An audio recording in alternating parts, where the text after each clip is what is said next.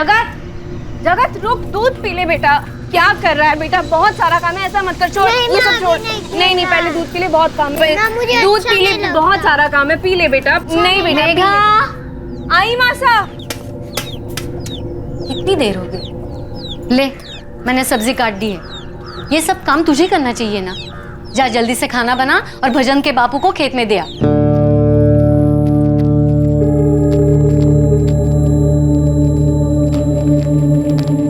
देर हो गई बाबूजी। चल आगे से जल्दी आना। सुन, रुक जरा।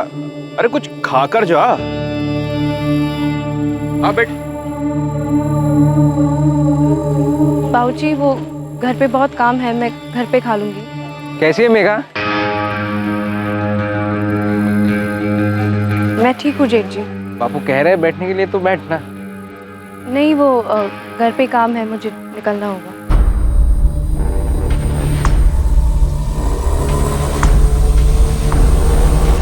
जगत पूछ रहा था बापू दिल्ली कब बुलाएंगे और कितना वक्त लगेगा। हम दोनों को यहाँ पे नहीं रहना है। बस थोड़े दिन रुक जा मेघा, 2 पैसे इकट्ठा कर लेने दे, उसके बाद मैं तुझे और जगत को बुला लूँगा अपने पास। तुझे तो पता है मैं खुद तेरे भाई और उसकी पत्नी के साथ रहता हूँ। बहुत छोटा सा कमरा है। वहाँ अपना कमरा कब तक हो जाएगा? थोड़ा टाइम तो लगेगा, आसान नहीं है। यहाँ किराए पे कमरा लेने के लिए बहुत सारा पैसा जमा करना पड़ता है। हमारी बहुत याद आती है। मैं कौन सा सुकून से हूँ तुम दोनों के बिना यहाँ। मेरी तो आंखें तरस गई तुम दोनों को देखे हुए। तो ले चलो ना हमें यहाँ से। मेघा, कोई तकलीफ है वहाँ? ए मेघा, बोलना क्या हुआ? कुछ नहीं हुआ है, मैं ठीक हूँ। तेरी आवाज़ से लग रहा है तू कुछ छुपा रही है। तुझे तकलीफ है पर बता नहीं रही। नहीं, कोई परेशानी नहीं है।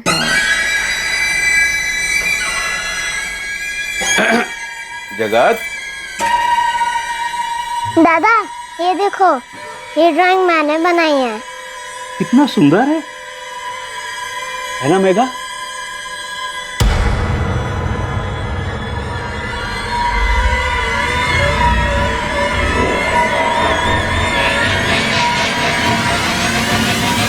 मेघा, कितना सुंदर मोर बनाया इसने। जी बाबूजी। रोज रोज क्या जरूरत है बापू के यहाँ जाके आने की? मेरे माँ बापू का घर है वो, हालचाल पूछने के लिए तो जाऊंगा ना। इसी बहाने मेघा के बड़े हालचाल पूछे जा रहे हैं। मेरे छोटे भाई की बीवी है वो, अकेली है बेचारी। दिल्ली जाते वक्त भजन कहकर गया था सबका ख्याल रखना, तू भी जाया कर रोज, नहीं तो 2-4 दिन में एक बार खोज खबर ले आया कर। बापू ये देखो, जोधपुर में सर्कस लगा है, हम भी चलेंगे ना? हाँ हाँ, और जगत को भी साथ ले जाएंगे। जगत को ही साथ ले जाना, मेघा को नहीं। क्या अनाप शनाप बात कर रही है तू लता? तू आज इतनी चुप क्यों है मेघा? तू कुछ बोल क्यों नहीं रही? क्या बोलूँ माँ, बोलने को कुछ है ही नहीं। माँ हूं मैं तेरी, फोन पर भी तेरी आवाज से पहचान सकती हूँ। कुछ हुआ है क्या वहाँ? क्या हुआ है बेटा? तू कुछ बोल क्यों नहीं रही है? ससुराल वाले परेशान कर रहे हैं क्या? वो पार्वती बहन और रणछोड़ भाई साहब ने कुछ उल्टा सीधा तो नहीं बोल दिया तुझे? नहीं माँ, ऐसी कोई बात नहीं है। साफ साफ बता बेटा, दहेज मांग रहे हैं क्या वो लोग? मैं तेरी माँ भी हूं और तेरा बापू भी हूं, बता मुझे, दहेज मांग रहे हैं क्या वो लोग?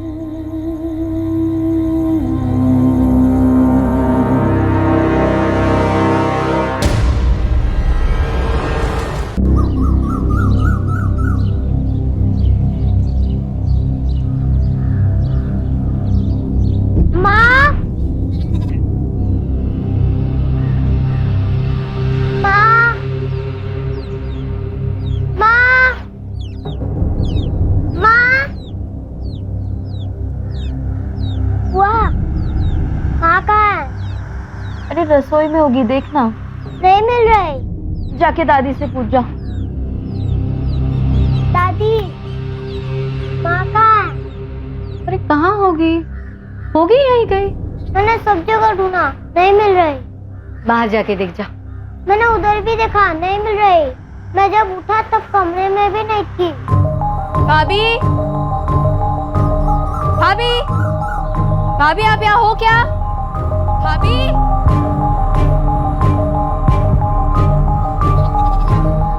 धनीराम, हमारी बहू मेघा को देखा क्या? नहीं रणछोड़ भाई साहब, हमने तो नहीं देखा। नहीं बापू, यहाँ तो नहीं आई। बापूजी वहीं कहीं होगी, यहाँ क्यों आएगी? सुबह उठे तो दरवाजा खुला हुआ था, सब जगह देखा, घर में, आंगन में, अगल बगल में, कहीं नहीं मिली। से किसे चली गई? तू मुझे क्या देख रही है? मुझे कैसे पता होगा वो कहाँ गई है? एक काम करते हैं, चल चलकर उसको ढूंढते हैं। बावली हो गई। रणछोड़ काका, रणछोड़ काका, क्या हुआ रे? दिखी क्या मेघा? वो आपके खेत पर आग लगा ली खुद को। क्या क्या कह रहा तू? मिट्टी का तेल डालकर पूरी तरह से चल गई वो।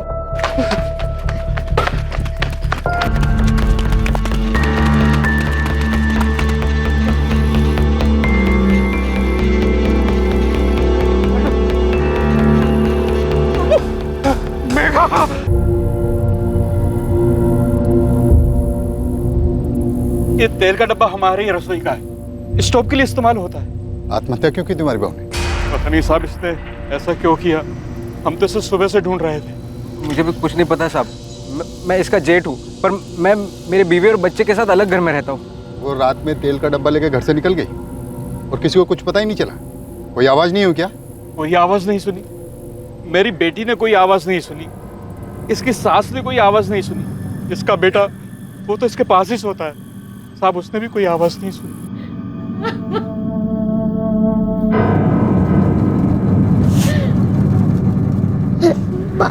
क्या हुआ बुआ?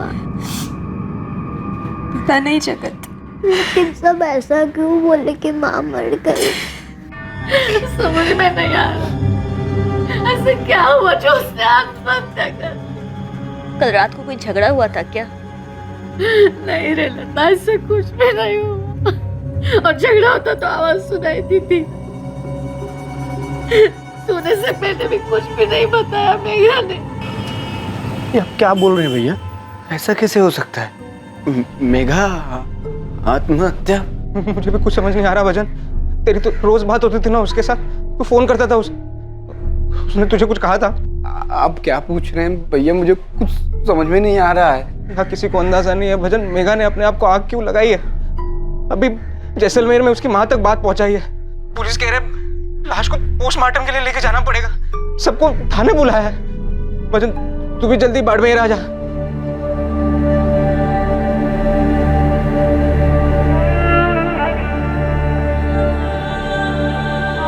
भैया मेरे जीजा जी को देखा क्या? हाँ भजन जी, जीजा जी आपसे कुछ कहा था क्या उसने? मेघा के परिवार के साथ उसका भाई गुंजन भी इस सवाल का जवाब ढूंढ रहा था कि आखिर मेघा ने आत्महत्या क्यों की। मेघा की खबर मिलते ही उसकी मां गायत्री चौहान तुरंत जैसलमेर से बाड़मेर के लिए निकली, जहां मेघा की लाश का पोस्टमार्टम किया जा रहा था। मेघा गुलेरिया ने आत्महत्या क्यों की थी, इस सवाल के साथ एक और अहम सवाल खड़ा हो गया था कि क्या मेघा ने वाकई आत्महत्या की थी? मेघा गुलेरिया ने आखिर आत्महत्या क्यों की थी? उसने एक कठोर कदम क्यों उठाया? या फिर यह एक हत्या थी जिसे किसी ने बखूबी आत्महत्या का रंग देने की कोशिश की थी? मेरी बेटी को मारा गया है, मेघा आत्महत्या नहीं कर सकती। उसके सास ससुर और वो जेठ, उसका भूपेन, उन्होंने उसे मार डाला और अब मिलकर ये सब नाटक रचा रहे हैं। गायत्री जी, हम रिपोर्ट लिख रहे हैं और सबसे सवाल किए जाएंगे। क्या मेघा के ससुराल वाले उसे दहेज के लिए परेशान करते थे? मेरी बच्ची भीतर ही भीतर सारे दुख दर्द दबा कर बैठी थी, कुछ बोलती नहीं थी, पर उसकी खामोशी में महसूस कर पाई और समझ गई थी कि उसे उसके ससुराल वाले परेशान कर रहे थे। दहेज वहेज की कोई बात नहीं है साहब, मेघा से कभी हमने एक ढेला तक नहीं मांगा। से ब्याह करके आई, हमने कभी भी कुछ भी नहीं मांगा। पता नहीं ये दहेज की बात कहां से आई। आप लोगों ने कुछ नहीं किया तो ऐसे ही बिना वजह आपकी बहू घनी रात में अपना बच्चा छोड़कर घर से मिट्टी का तेल लेकर निकल गई, खुद को जला। साहब हमने उससे कभी कुछ नहीं मांगा, अब उसने ऐसा क्यों किया हमें नहीं पता। अगर दहेज नहीं मांगा तो क्यों जला लिया उसने खुद, या फिर मारा गया उसे? मेघा की माँ ने कंचन माँ और बापू का नाम लिया भजन, बोल रही है ये सब दहेज मांग रहे थे। तुझे सामने आकर बोलना पड़ेगा भजन। तू बता, क्या माँ और बापू मेघा से दहेज मांगेंगे? आप बताइए, अगर कुछ हुआ नहीं तो मेघा ने ऐसा क्यों किया? उसने हमें बिना बताए कदम उठाया भजन। तू बोल, तुझसे कुछ कहा था उसने?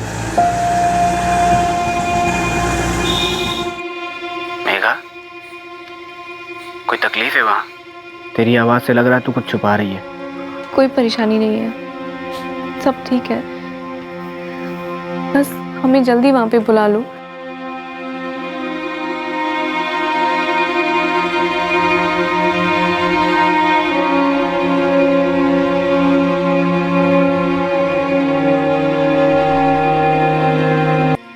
कमरा देख लिया किराए पर? अगले महीने में ले रहा हूँ। 2 हफ्ते में गांव आ रहा हूँ तुझे और जगत को लेने। मेघा, अब तो खुश है ना? अब यहीं पे रहेंगे साथ में दिल्ली में, और जगत के लिए अच्छा स्कूल भी देख लिया है। मेघा, कुछ बोलना। हाँ। मेघा, क्या हुआ? हफ्ते भर से देख रहा हूँ तेरी आवाज़ कुछ अजीब सी लग रही है मुझे। कुछ हुआ है क्या? कुछ नहीं हुआ है, सब ठीक है।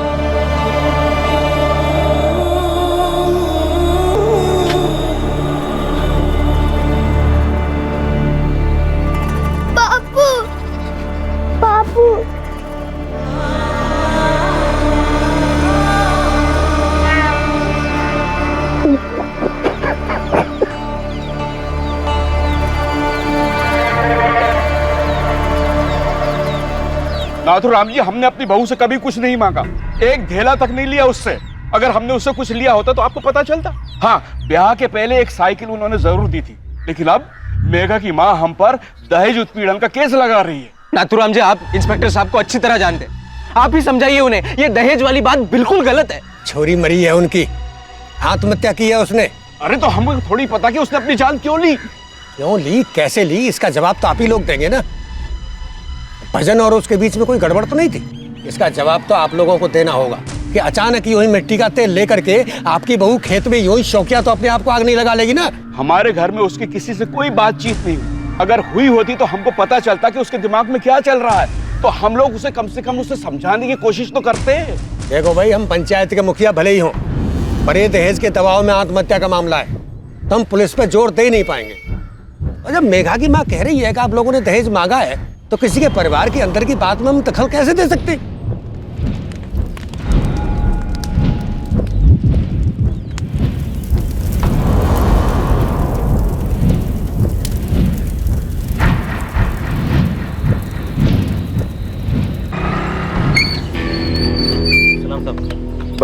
पता चला मेघा ने सुसाइड क्यों किया था? वो बात तो पता नहीं, लेकिन एक बात पक्का है कि इस गुलेरिया खानदान में कुछ तो बातें हैं जो अंदर ही अंदर पकड़े।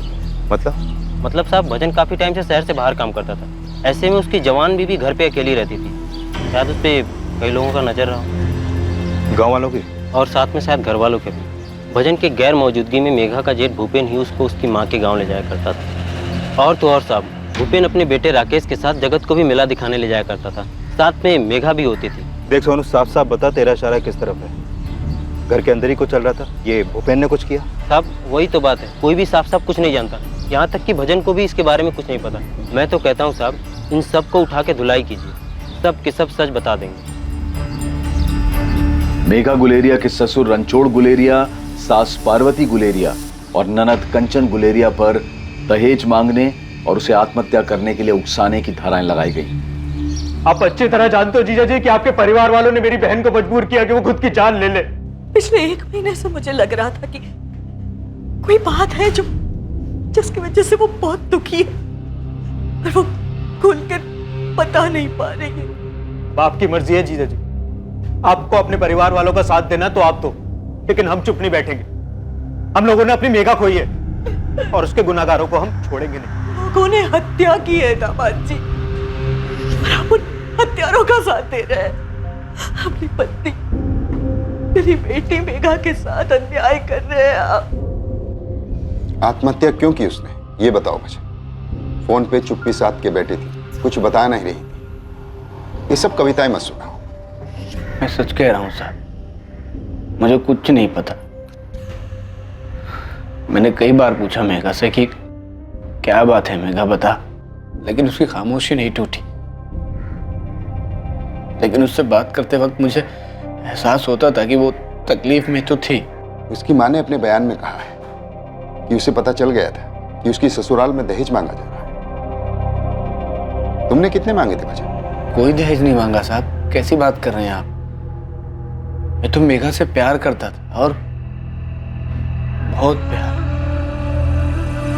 मैं उसे दिल्ली भी ले जाने वाला था, कमरा भी देख लिया था। मैंने उसको बोला था मैं 2 हफ्ते में आऊंगा उससे लेने, लेकिन देखो, 1 महीने से मेघा गुलेरिया अपने पति भजन गुलेरिया से फोन पे बात करते वक्त तकलीफ में थी। भजन गुलेरिया ने यह बयान दिया है, उसे सब पता था, लेकिन भजन गुलेरिया एक बार भी दिल्ली से वापस अपने गांव आकर अपनी पत्नी के आमने सामने बैठकर ये नहीं पूछता कि उसकी तकलीफ क्या है। मेघा के पति भजन को यह कभी समझ में नहीं आया कि आखिर उसकी पत्नी ने उसे अपनी तकलीफ के बारे में क्यों नहीं बताया। मेघा के ससुर, सास और उसकी ननद पर आत्महत्या के लिए उकसाने का आरोप लगा था, लेकिन वो शुरू से ही इस बात को मना करते आ रहे थे कि उन्होंने कभी भी मेघा से दहेज की मांग की थी। उनके बयान दर्ज किए गए जिसमें उन्होंने मेघा को आत्महत्या के लिए उकसाने के इल्जाम से साफ इनकार किया। वो इस अपराध को स्वीकार करने के लिए बिल्कुल भी राजी नहीं। मेघा किसी बात को लेकर परेशान थी, लेकिन किस बात को लेकर परेशान थी ये बता पाना मुश्किल है। मतलब दहेज के अलावा भी कुछ और था? अबे मैं कैसे बताऊं साहब। हाँ, लेकिन मैंने कई बार उसको रास्ते में देखा था, जब वो अपने ससुर के लिए खाना लेकर आती जाती थी, तब उसका चेहरा कुछ उखड़ा उखड़ा सा रहता। अच्छा, ये भजन का बड़ा भाई भूपेन, ये अपने परिवार से अलग क्यों रहता है? कहानी क्या है? ये उनके परिवार का निजी मामला है। आप नाथूराम जी से पूछिए ना। दोनों भाइयों में फैसला हुआ कि छोटा भाई शहर में कमा रहा है, इस वजह से बड़ा भाई भूपेन यहाँ खेती बाड़ी का पूरा काम देखेगा और खेती से होने वाली आमदनी का ज्यादा हिस्सा वो लेगा। और उसने अपना घर भी बनवाया और परिवार के साथ रहने उसमें चला गया। नाथूराम जी, क्या सच में ये मामला सिर्फ दहेज का है? अब केस तो इसी का बना है, तो हमें लगा यही होगा। आपको कुछ और लगता है क्या? केस तो यही बना है, पर सबसे पूछताछ करने के बाद एक बात खटक रही है। क्या दहेज के अलावा कोई और बात हो सकती है? क्योंकि मेघा ने ना तो अपने पति को कुछ बताया और ना ही अपनी माँ से कुछ साफ साफ कह रही थी। और दहेज की बात पर मेघा की माँ कह रही हैं कि उन्हें आवाज़ तब हुआ जब मेघा ने उन्हें फ़ोन पर सिर्फ हाँ कहा। क्या चल रहा है वहाँ मेघा? सिर्फ दहेज की बात है क्या? हाँ। देख बेटा, तू चिंता मत कर, मैं कल ही पार्वती बहन से बात करती हूँ। नहीं माँ, ऐसा मत कर, मैं हाथ जोड़ती हूँ, मेरे ससुराल में कोई बात मत कर। क्यों ना करूँ? हमारी हैसियत वो जानते हैं। हमने साफ साफ बता दिया था कि हमारे पास क्या था, और जो दे सकते थे वो दिया भी था। अब 5 साल बाद ऐसे कैसे वो दहेज की मांग कर सकते? माँ तू रहने दे, बात और बिगड़ जाएगी। क्यों बिगड़ जाएगी? कुछ और बात है क्या? क्या हो रहा है वहाँ? कुछ बताएगी भी? कुछ नहीं है, कोई बात नहीं है, तू रहने दे, सब ठीक है। नाथूराम जी, आपके गांव के घर में एक बहू परेशान थी और पूरे गांव को इसकी खबर भी थी, लेकिन वक्त रहते किसी ने भी कोई शिकायत दर्ज नहीं की। मेघा ने की क्या? मेघा की माँ को पता था, उसने की क्या? साहब, हम बहुत दुखी हैं कि गांव में बहू के साथ ऐसा कुछ हुआ। भजन बहुत मेहनती है। ठीक है, अब विक्रम जी जी, आप भूपेन के साथ थोड़ी सख्ती कीजिए ना। क्यों? वो कुछ जानता है? इसीलिए तो कहा है सख्ती कीजिए। अलग रहता है, लेकिन है तो एक ही परिवार का। आप सख्ती करेंगे तो शायद कुछ निकल के आ जाए। दहेज की मांग के अलावा क्या कोई और बात भी थी जिसकी वजह से मेघा गुलेरिया परेशान थी? और क्या ये बात कभी सामने आ पाएगी? क्या इस बात का ताल्लुक मेघा के जेठ भूपेंद्र गुलेरिया से था? माँ, भजन भैया ने भी हमारा साथ नहीं दिया। मेघा ने जैसे अपनी माँ को बताया, वैसे ही जगत को भी कुछ बता के गई है क्या? मुझे नहीं मालूम, मैंने जगत से बार बार पूछा पर वो कुछ कह नहीं रहा था।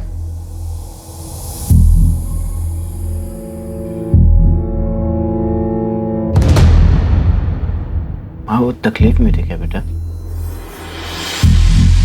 दादी और दादा ने माँ को बहुत परेशान किया था। बुआ माँ पे चिल्लाई थी क्या? तेरे को कुछ बोला था माँ ने? बड़े पापा ने माँ को कुछ कहा था क्या? माँ रो रही थी क्या?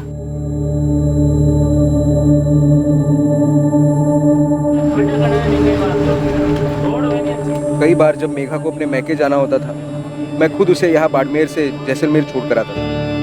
हम अलग रहते थे साहब, मगर घर के किसी भी परिवार के बीच किसी के लिए भी दिल में कोई दरार नहीं थी। मैं जैसे अपने बेटे राकेश को कहीं घुमाने ले जाता या मेले में लेके जाता था, तो उसके साथ जगत को भी ले जाता था साहब। और क्या क्या करते थे आप? क्या मतलब है साहब आपका?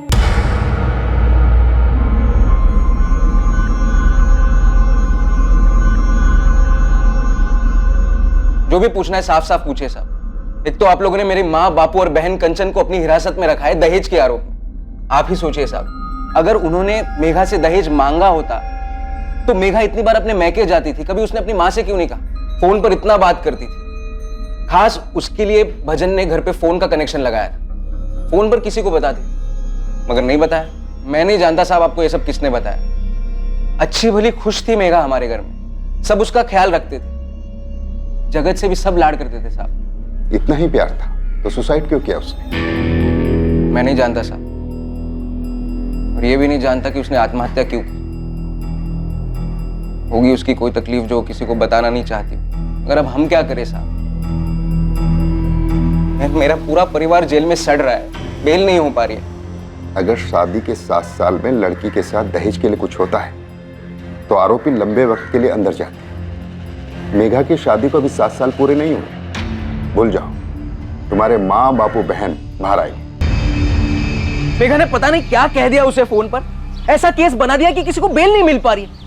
ऊपर से तू ये बयान देकर आया कि मेघा तकलीफ में थी। मेघा तकलीफ में थी भैया, मेरे जब भी उससे बात होती थी तो मुझे एहसास होता था। मगर अब जब वो नहीं रही तो तुझे अपने परिवार के खिलाफ बोलने की क्या जरूरत थी? तो झूठ बोलता क्या? और सच बोलने से जो माँ, बापू और कंचन तकलीफ में आ गए उसका क्या? देख भजन, अब जब मेघा मर चुके हैं तो तुझे अपना मुंह बंद रखना चाहिए था। ये सच और झूठ एक तरफ है, मगर जब परिवार की बात आती है ना तो सिर्फ परिवार मायने रखता है और कुछ नहीं। और मेघा, वो हमारा परिवार नहीं थी क्या? बेवकूफों जैसी बात मत कर। तू तो पहले दिन से उस मेघा के प्यार में अंधा और बावला हो गया था, मगर अब वो मर चुकी है। अभी आंखें खोल। देख, मैं कुछ नहीं जानता, तू पुलिस में जो भी बयान दे के आया वो रहने दे, मगर अब तू अदालत में ऐसा कुछ नहीं बोलेगा कि मेघा ने तुझसे कहा था कि वो तकलीफ में थी। तेरी बीवी अब मर चुकी है, मगर माँ, बापू और कंचन अभी भी है। अगर उन्हें कुछ भी हुआ ना तो उसका जिम्मेदार तू होगा।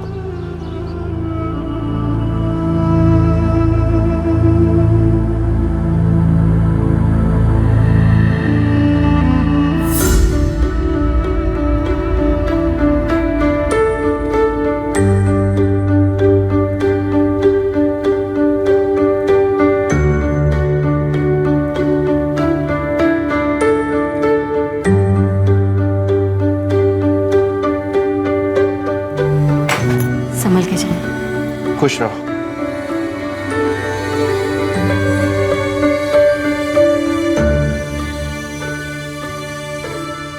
सुनो, सुनो,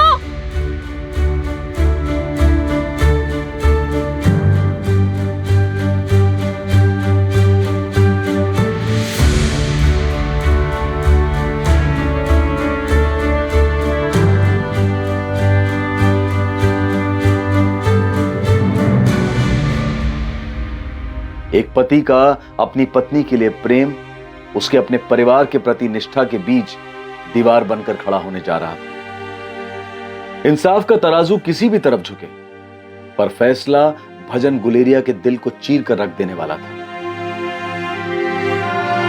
योर ऑनर, यहां पर हर कोई एक ही बात बोल रहा है। मेघा परेशान थी, तकलीफ में थी। मेघा गुलेरिया से गुलेरिया परिवार वाले दहेज की मांग कर रहे थे और दहेज के लिए उसे टॉर्चर कर रहे थे, जिसकी वजह से उसने आत्महत्या की। लेकिन योर ऑनर, इस बात को साबित करने के लिए किसी भी तरह का सबूत अब तक पेश नहीं किया गया। योर ऑनर, केरोसिन कैन जो गुलेरिया परिवार के किचन से है, गुलेरिया परिवार के घर का दरवाजा खुला पाया गया 8 सितंबर की सुबह। मेघा गुलेरिया कहीं भी किसी को भी नहीं मिली, ढूंढने पर भी नहीं, और खेतों में मिली, वो भी जली हुई हालत में। योर ऑनर, एक 23 साल की औरत जिसने अपनी मां से साफ साफ कहा था, उसकी मां यानी कि गायत्री जी ने अपने स्टेटमेंट में मेघा गुलेरिया के ससुराल द्वारा मेघा से दहेज की मांग की थी, और यही बात उसने कोर्ट में भी कही थी। लेकिन सबूत कहां है योर ऑनर? मेघा ने अपनी मां के साथ फोन पर बातचीत की, यह सबूत नहीं हो सकता।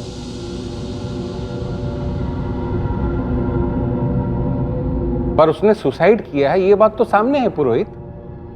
क्या इस सुसाइड की कोई और वजह थी?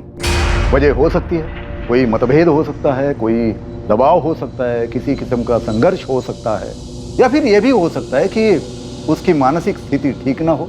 कुछ भी हो सकता है योर ऑनर, क्योंकि आत्महत्या का कारण स्पष्ट नहीं है। योर ऑनर, मृतक महिला को ऐसी किसी भी प्रकार की कोई भी बीमारी की शिकायत नहीं थी। डिफेंस लॉयर अपने बचाव में गैर जरूरी बातें कर रहे हैं, जबकि हकीकत तो यह है कि मेघा गुलेरिया तकलीफ में थी, और इस बात का जिक्र सिर्फ उसने अपनी मां से नहीं, फोन पर बात करते हुए कई बार अपने पति से भी किया था। आपने अपने स्टेटमेंट में बताया है कि मेघा गुलेरिया के साथ तकरीबन 7 से 10 मरतबा आपकी फोन पर बात हुई थी, और इस दौरान आपने महसूस किया था कि वो किसी परेशानी में है। अगर आपने ये महसूस किया था कि मेघा किसी परेशानी में थी, तो अदालत को बताइए जरा वो परेशानी, वो तकलीफ क्या थी। मेरे ख्याल से गवाह को बात करने दी जाए तो अच्छा हो। ये बात सच है कि मैं अपनी पत्नी मेघा से कई बार फोन पे बात किया करता था, और उससे बात करते वक्त मुझे कई बार लगा कि वो तकलीफ में थी। आपने ये बात इसलिए बताई क्योंकि आपको ऐसा लगा था, या मेघा ने आपको बताया था? मैंने उससे कई बार पूछा, लेकिन उसने कभी नहीं कहा कि माँ, बापू या कंचन ने दहेज की कोई बात की उससे। तो क्या आप कोर्ट को ये बता सकते हैं कि मेघा किस तरह की तकलीफ में थी, या फिर कोई और वजह थी? अरे भाई, आप तो यहीं थे ना गांव में। मेरे शहर जाने के बाद ऐसा क्या हुआ कि मेघा ने... जो हुआ उसे भूल जा, अब कुछ नहीं हो सकता। बेहतर यही है कि तू अपने आप को संभाल। जगत की जिम्मेदारी है तेरे पे। अरे भाई, मेघा ने आत्महत्या कर ली और पुलिस वाले मेरे घर वालों को जिम्मेदार ठहरा रहे। ऐसे में सच क्या है, झूठ क्या है, जाने बगैर सोचना कैसे छोड़ दूं? आप ही बता दो। मेरे पीठ पीछे मेरे घर वालों ने मेघा के साथ कुछ किया था क्या? मुझे लगता है शायद मेघा तेरे घर में खुश नहीं थी। कोई तो बात थी जो उसे खाए जा रही थी। कौन सी बात थी अरे भाई? क्या बात थी? मेघा ने कभी आपको बताया या आपने देखा हो? वो शायद शायद क्या? अरे भाई, शायद क्या? शायद उसे तेरे घर वालों की कोई बात बुरी लगी थी। अब किसने क्या किया मुझे ये तो नहीं पता। हाँ, लेकिन वो जल्द से जल्द तेरे पास शहर में आना चाहती थी। उर्मिला काकी, मेघा ने कभी आपसे कोई बात की थी? बात तो अक्सर हो जाती थी भजन, लेकिन उसने कभी कुछ बताया नहीं मुझे। हाँ, उदास उदास सी रहती थी मेघा, लेकिन मैंने भी कभी कुछ पूछा नहीं। और अब जो तेरे घर वालों पे आरोप लगा है, कभी सोचा नहीं था कि तेरे माँ, बापू, कंचन मेघा के साथ घर के अंदर ऐसे व्यवहार करते होंगे। मुझे भी समझ में नहीं आ रहा है। मेघा ऐसा कुछ करने से पहले एक बार मुझसे बात क्यों नहीं की? लेकिन अब जो दहेज की बात सामने आई है, शायद शायद शायद क्या काकी? भजन, तू अपने घर वालों के साथ खड़ा रह। देख, मेघा तो चली गई, अब वो वापस नहीं आएगी। मैं नहीं जानता कि मेघा ने आत्महत्या क्यों की। योर ऑनर, भजन और गायत्री की गवाही में पिछले महीने भर में मेघा के साथ फोन पर जो बातचीत हुई है, उसमें एक ही बात बोली जा रही कि मेघा परेशान थी, लेकिन पोस्टमार्टम रिपोर्ट इस तरफ साफ इशारा कर रही है कि यह आत्महत्या है, क्योंकि बॉडी पर किसी भी तरह के घाव, अन्य कोई भी निशान नहीं पाए गए। योर ऑनर, सबसे पहली बात, पीड़ित की लाश बहुत ही बुरी तरह से जली हुई हालत में पाई गई है। अगर ये हत्या है, ऐसा साबित करने के लिए कोई सबूत ही नहीं है। इसीलिए तो कहा कि अगर ये हत्या है तो लाश इतनी बुरी तरह से जली हुई हालत में मिली है कि किसी भी प्रकार की कोई चोट या कोई निशान इसका पता लग पाना बहुत ही मुश्किल था।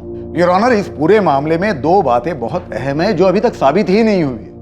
पहली बात, आईपीसी सेक्शन 498A इस पूरे मामले में दहेज के मांगे जाने का कोई भी सबूत नहीं है। दूसरी बात, आत्महत्या के लिए उकसाने की। इन दोनों बातों को प्रूव करने के लिए कोई भी सबूत अभी तक पेश नहीं किया गया। ये कोई असामान्य बात नहीं। बहुत से दहेज के मामलों में सामाजिक दबाव में आकर औरतें चुप रह जाती हैं और केसेस रिपोर्ट नहीं किए जाते हैं। योर ऑनर, उस चुप रहने वाली महिला की जिंदगी में एक मजबूत माँ, एक देखभाल करने वाला पति भी था, लेकिन इन दोनों को भी उसने कुछ नहीं बताया था। ये नहीं बताया था कि उसकी सास, ससुर और ननंद दहेज के लिए उसे टॉर्चर कर रहे हैं। इसके पति ने अदालत में बताया कि वो अपनी पत्नी से कितना प्यार करता था, लेकिन उसके बावजूद उस पत्नी ने अपने पति को कुछ भी नहीं बताया था। योर ऑनर, अगर दहेज के लिए टॉर्चर नहीं किया गया है तो फिर उसने आत्महत्या क्यों की? यही तो सवाल है योर ऑनर। बिना किसी को अपनी तकलीफ बताए उसने अपनी जान ले ली, लेकिन इसका यह मतलब तो नहीं होता ना कि उसके ससुराल वालों ने दहेज के लिए उसे टॉर्चर किया और उसे आत्महत्या करने पर मजबूर कर दिया। योर ऑनर, दहेज के मामलों में चुप्पी असामान्य नहीं है, लेकिन और एक बात है जो असामान्य नहीं है। ऐसी कई सारी बीमारियां हैं जिसके बारे में कोई किसी को कुछ भी बताना नहीं चाहता। इसमें कोई शक नहीं है कि उसने आत्महत्या ही की है, लेकिन उसके उठाए गए इस कठोर कदम का असल कारण का पता ना होने की वजह से इसे दहेज का केस समझ लेना यह उचित नहीं होगा योर ऑनर। मेघा गुलेरिया की आत्महत्या की सुनवाई पूरे 2 साल तक अदालत में चली और उस दौरान गुलेरिया परिवार टूटते हुए दिखा। शायद इस केस का सच आत्महत्या करने से पहले मेघा की साधी गई चुप्पी के साथ ही जा चुका था। मेघा की मौत ने कई सारी जिंदगियां तबाह कर दी थी और अब आगे उसके केस का फैसला और तबाही मचाने वाला था। मेघा की मौत ने कई सारी जिंदगियां तबाह कर दी थी और अब आगे उसके केस का फैसला और तबाही मचाने वाला था। एक 23 साल की महिला का अपने ससुराल में आत्महत्या कर लेना बेहद दुखद है। उससे भी दुखद बात यह है कि वो एक मां भी थी। उसे न जाने किस परिस्थिति ने यह कदम उठाने पर मजबूर किया, लेकिन इस बात के कोई पुख्ता सबूत नहीं है जो वास्तव में सुनिश्चित कर सके कि मेघा गुलेरिया ने दहेज की मांग के कारण ही आत्महत्या की। अदालत मेघा गुलेरिया की मौत में तीनों आरोपी रणछोड़ गुलेरिया, पार्वती गुलेरिया और कंचन गुलेरिया को सबूतों के अभाव के आधार पर बरी करती।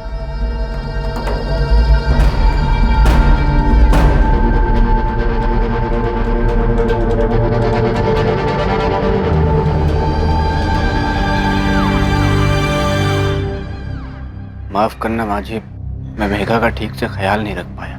मैं तुम्हें और तुम्हारे परिवार को कभी माफ नहीं करूंगी बच्चे। मेघा मेरी इकलौती बेटी थी, तुम सबने उसे मार डाला। अब से हर दिन मैं भगवान से यही मांगूंगी कि तुम सबकी जिंदगी बद से बदतर बना दे, इतनी तकलीफ दे कि तुम्हारा जीना दुश्वार हो जाए, तुम और तुम्हारे सारे परिवार का विनाश हो जाए। भजन गुलेरिया और उसके परिवार के लिए जिंदगी अब आगे कभी भी आसान नहीं होने वाली। भैया 2 किलो चावल देना। माफ करना लता बहन, पंचायत ने गुलेरिया परिवार का बहिष्कार किया है, कोई भी लेन देन से मना किया है। मैं आपको कुछ भी नहीं दे सकता।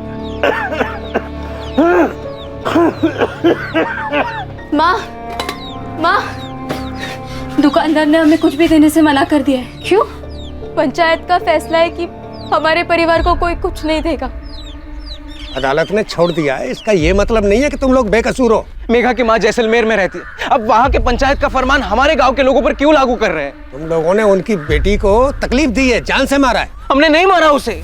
मैं, माँ, बापू, कंचन, हमने मेघा को कभी कोई तकलीफ नहीं दी और उससे कुछ भी नहीं मांगा कभी। दहेज के अलावा और भी बहुत सारी बातें सुनने में आई हैं। क्या सुना है आपने? कि मेघा के साथ घर के अंदर अभद्र व्यवहार हुआ। ये क्या बकवास कर रहे हैं आप नाथुराम जी? भजन तो कुछ बोलेगा। नाथुराम जी, जो कुछ भी हुआ उसका हमें बहुत दुख है।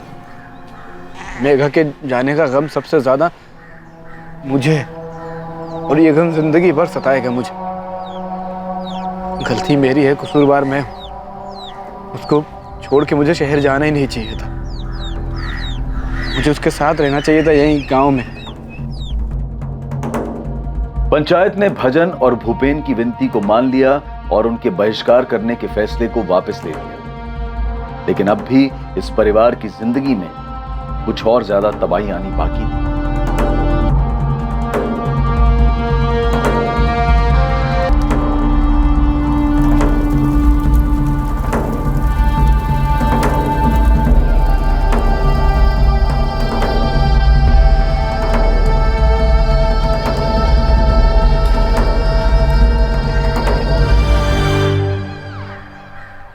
प्रदीप के घर वालों ने कंचन से रिश्ता तोड़ दिया है भजन।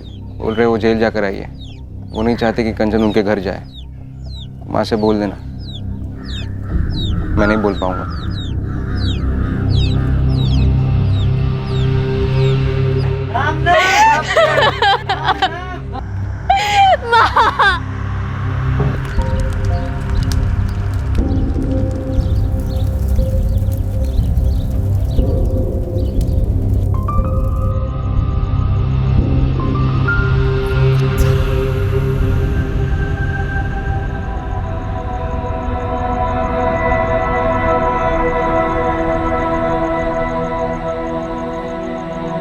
माँ बहुत याद आती है बापू।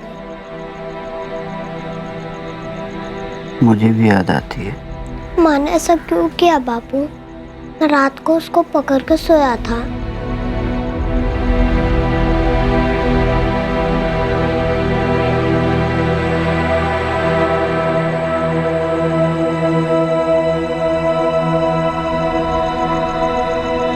माँ मुझको क्यों छोड़ के चले गई बापू? उसने ऐसा क्यों किया? उसने ये कठोर कदम क्यों उठाया? सच तो यह था कि इस कहानी में दहेज की कोई बात ही नहीं थी। किसी की तरफ से दहेज की कोई मांग नहीं की गई थी। मेघा का पति भजन समझ ही नहीं पा रहा था कि मेघा की आत्महत्या करने की वजह क्या थी, और उस वजह को जाने बिना उसका मन शांत नहीं हो रहा था। इसलिए उसने उस सच का सामना करने की ठानी जो उसके मुताबिक मेघा की आत्महत्या का कारण हो सकता है। मेघा की माँ ने मुझे श्राप दिया था। देख, बापू भी चला गया और माँ भी चली गई। माँ और बापू अंदर से टूट गए थे भजन। मेघा रोज मेरे सपने में आती है और मैं हर बार उससे पूछता हूँ कि उसने ऐसा क्यों किया। सब दहेज की वजह से हुआ था। मैं नहीं मानता। मैं 4 साल यहीं पे था सबके साथ। माँ, बापू या किसी ने कभी दहेज की कोई बात ही नहीं की। काश वो हमें बता के जाती कि वो ऐसा कुछ करने वाली, क्यों करने वाली। काश हम उसे रोक पाते।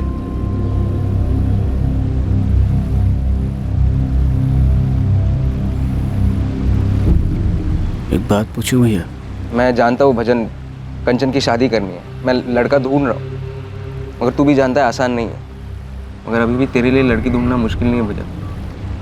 तेरे ऊपर कोई आरोप नहीं। तू दूसरी शादी कर ले। जगत बड़ा हो रहा है, उसे भी माँ की जरूरत है। मैं मेघा को कभी भूल नहीं पाऊंगा भूपेन। और हाँ, मैं आपसे भी कुछ पूछना चाहता हूँ। पूरा गांव मुझसे पूछना चाहता है। सब बातें भी करते हैं, बस कभी कोई मुंह पे नहीं कहता। लता ने भी कई बार आड़े टेढ़े तरीके से पूछने की कोशिश की। नहीं पूछना चाहता है ना तू? कि क्या मैंने या बापू ने कभी भी मेघा के साथ कुछ गलत किया? खामोश थी। मैंने कई बार कोशिश किया लेकिन उसकी खामोशी नहीं टूटी। मुझे कुछ बताने से ज्यादा खुद को आग लगाना आसान लगा।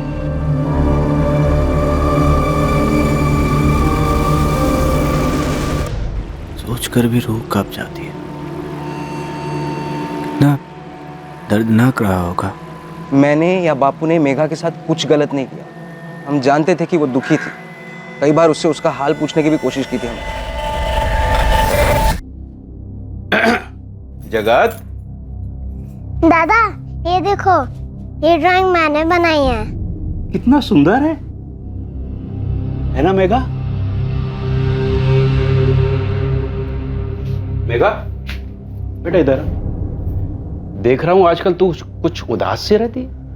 नहीं बाबूजी, ऐसी कोई बात नहीं है। बेटे, माँ के घर जाना चाहती तो जा, हो कुछ दिन वहीं रह लेना। नहीं बाबूजी, मैं ठीक हूँ। नहीं बेटा, ठीक तो नहीं है। जब भी तू खाना देने आती है मुरझाई सी रहती है। कहीं कंचन ने तो कुछ नहीं कहा या पार्वती ने कुछ कह दिया? नहीं बाबूजी। बापू ने मुझसे कहा था पता कर। कई बार मैंने उसके साथ हंसी मजाक करने की कोशिश की। सोचा था उसका दिल बहल जाएगा। बापू के कहने पर कई बार उससे कहा तुम्हारी माँ के पास जैसलमेर छोड़ा था, मगर उसके मुंह पर वही खामोशी बंधी रही। तो जब आप लोगों को पता था तो आप लोगों ने मुझे क्यों नहीं बताया? क्या उसने तुझे कभी बताया? तेरी तो रोज बात होती थी ना उसके साथ। जबकि उसकी आवाज़ सुनकर तू जान गया था कि वो ठीक नहीं है। पता नहीं क्यों खामोश रही। माफ करना भैया, मैंने आप पर और बापू पर जो बीत गया सो बीत गया भजन। मगर उसने ऐसा क्यों किया, ये जानने के लिए जितना तू अंदर से तिलमिला रहा है ना, नहीं हम भी बेचैन। तो फिर उसने ऐसा क्यों किया भैया? जब कोई तकलीफ नहीं थी उसे घर में, तो बिना कुछ बताए किसी को ऐसे रात में अचानक। मेघा ने ऐसा कदम क्यों उठाया, ये बात सिर्फ और सिर्फ एक ही आदमी जानता था। पर क्या वो आदमी सामने आकर कभी सच बोलता?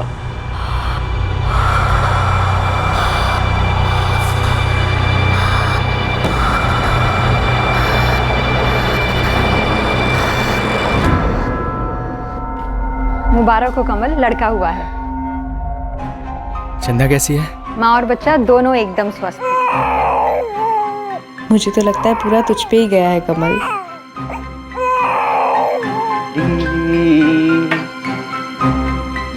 आगे बढ़ना।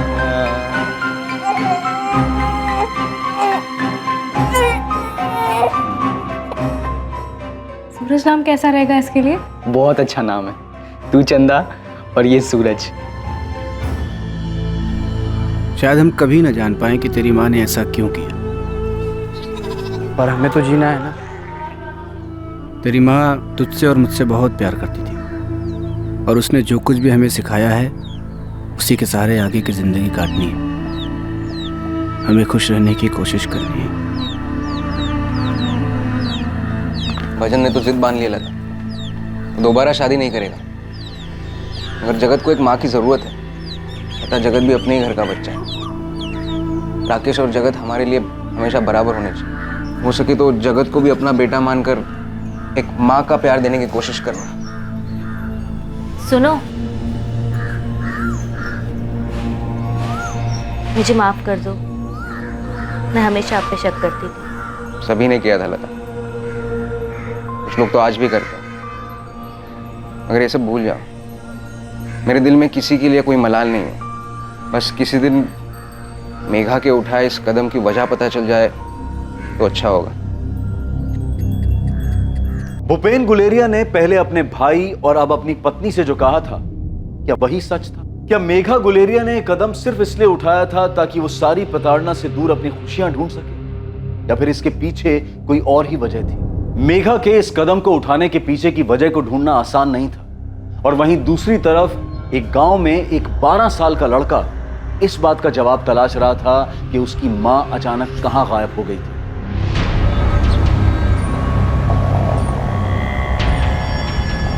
बारह साल के रतन दागा को जीवन व्यापन करने के लिए चाय की दुकान पर काम करना पड़ रहा था,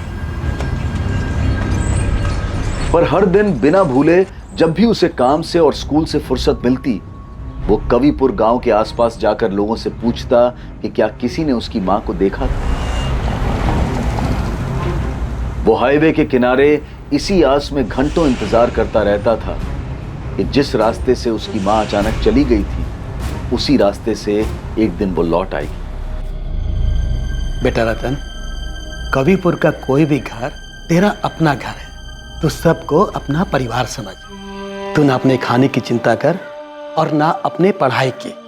बेटा, सरपंच होने के नाते मैं तुझे वचन देता हूं कि तेरी जिम्मेदारी हम लोग अपने बच्चे की तरह निभाएंगे, ठीक है? और हाँ बेटा, जैसलमेर के आसपास जितने भी गांव है ना, सभी गांव में हमने तेरी माँ को बहुत खोजा, लेकिन उसकी कहीं कोई खबर नहीं मिली।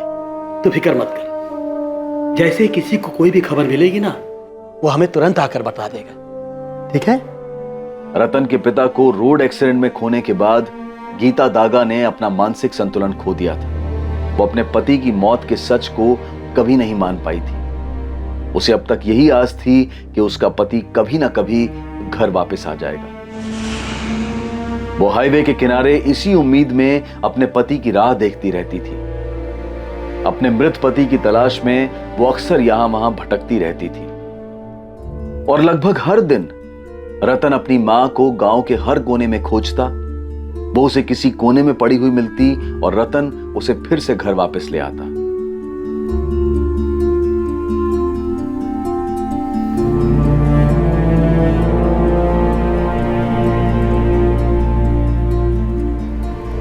लेकिन साल 2003 में एक दिन रतन ने पूरा गांव छान मारा, पर उसे उसकी मां कहीं नहीं मिली। पर उसने ये उम्मीद कभी नहीं छोड़ी थी कि कभी ना कभी उसकी मां को घर का रास्ता याद आ जाएगा, या फिर एक दिन वो खुद अपनी मां को ढूंढ लेगा और उसे घर वापस ले आएगा। लेकिन रतन अपनी मां का पता नहीं लगा पाया। कहीं ना कहीं रतन दागा की तकलीफ और भजन गुलेरिया और उसके बेटे जगत गुलेरिया की तकलीफ के तार जुड़े हुए थे, और साथ ही जुड़ी थी मेघा गुलेरिया की कहानी कि आखिर उसने क्या और क्यों किया था। और यह कहानी तब शुरू हुई थी जब भजन गुलेरिया अपनी पत्नी मेघा को जानता भी नहीं था। कमल धीरे, कमल क्या कर रहा है? कमल धीरे चल। कमल रोक, साइकिल रोक। मैंने कहा ना साइकिल रोक। दोबारा ऐसा किया ना तो तेरी साइकिल पे बैठूंगी नहीं मैं। रोज रोज इतना चिल्लाती रहती है, कभी गिराया तुझे मैंने? पर मुझे डर लगता है ना। अच्छा सुन, घर पे कल बोल देना स्कूल से पिकनिक के लिए फोर्ट ले जा रहे हैं, फिर घूमने चलेंगे। 3 बार पहले भी यही बहाना बना चुकी हूँ। फिर से कहूंगी तो माँ पूछेंगी कि तुम्हारे स्कूल वालों को फोर्ट के अलावा और कोई जगह नहीं मिलती क्या? अच्छा बालोतरा चलते हैं, फिर सुबह स्कूल से छुट्टी मारेंगे, बस से जाएंगे, दिन भर घूमेंगे और शाम को वापस। तू एक काम कर, तू अपनी माँ को बोल मेरे घर पे आ और मेरा हाथ मांग ले, फिर बहाना बनाने की जरूरत ही नहीं पड़ेगी। मान जाएगी माँ? अगर नहीं मानी तो तू भागेगी मेरे साथ? कमल, मैं अपनी माँ को दुखी नहीं देख सकती। तू पहले बात तो कर, उनको मेरे घर भेज तो सही, फिर देखेंगे ना, बात होगी। फिर अगर माँ ने मना किया तो तब का तब देख लेंगे। ठीक है माँ। हाँ ये लड़का है, भजन नाम। मेघा देख जरा, रिश्ता है तेरे लिए। देखने में तो थोड़ा अच्छा लगे। माँ परिवार भी बहुत अच्छा है, बरमेर में जमीन है इनकी। लड़का 22 साल का है। हमारे चरण भाषा ने रिश्ता बताया है। मैंने मेघा का फोटो भिजवा दिया उनके हाथ। माँ लड़के का फोटो देखते ही मैंने चरण भाई को बोल दिया कि लड़का हमें बहुत पसंद है। अब अगर वो मेघा को देखना चाहते हैं तो अगले इतवार को घर आ जाए। मेघा देख जरा, लड़का कैसा लगा? अच्छा है ना? सबसे पूछ लिया मैंने, किसी को नहीं पता कमल कहाँ गया है। उसकी माँ से पूछा क्या? अरे उनसे भी पूछा, लेकिन उनको भी नहीं पता वो कहाँ गया है। देवा बता ना, वो किसी काम वाम के लिए गया है? कोई फोन नंबर दिया है क्या तुझे? नहीं रे, होता तो बताता नहीं क्या।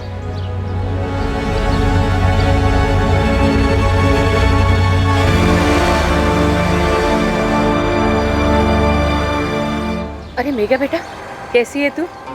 तेरी माँ ने बताया तुझे देखने के लिए रविवार को लड़के वाले आ रहे हैं। हाँ काकी, वो कमल की कुछ किताबें थी मेरे पास, उसको लौटानी थी। दे दो मुझे, वो आएगा ना तब मैं देती हूँ उसे। हाँ काकी, वो हफ्ते भर पहले कमल ने भी मुझसे कुछ किताबें ली थी। 5 दिन हो गए, वो स्कूल नहीं आया ना, कब तक आएगा वो? ये तो वही जाने बेटा। जोधपुर गया है अपने चाचा के घर किसी काम से। 5 दिन में आऊंगा ऐसे कहा था मुझे, लेकिन अभी तक नहीं है।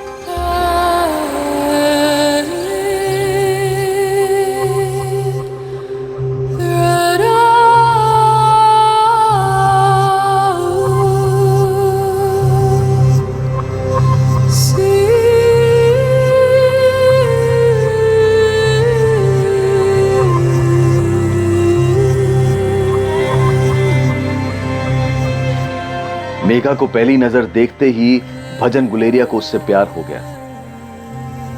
लेकिन मेघा किसी से नहीं कह सकती थी कि वो किसी और से प्यार करती है। भजन गुलेरिया के साथ शादी तय हो जाने के बाद भी मेघा ने कमल का बड़ी बेसब्री से इंतजार किया, पर कमल का कोई अता पता नहीं था।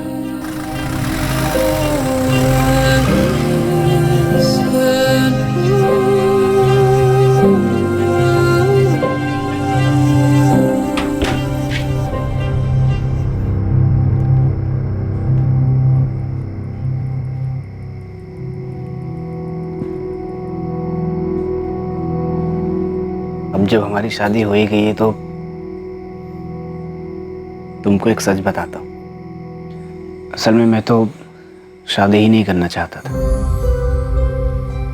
तुम माँ बापू और भूपेन भैया जबरदस्ती कसम देकर मुझे ले गए थे तुम्हें दिखाने। मैं तो शहर जाकर काम करना चाहता था, पर सच कहूँ तो जब मैंने तुमको देखा तो मेरा मन ही बदल गया। मैंने फैसला कर लिया कि मैं शादी तो तुमसे ही करूँगा। माँ बापू को तुम नहीं अच्छी लगी तो मैं अड़ जाऊँगा। तुमसे तो पूछा नहीं, शायद पूछते भी नहीं होंगे, लेकिन फिर भी मैं पूछता हूँ, क्या मैं तुमको पसंद आया?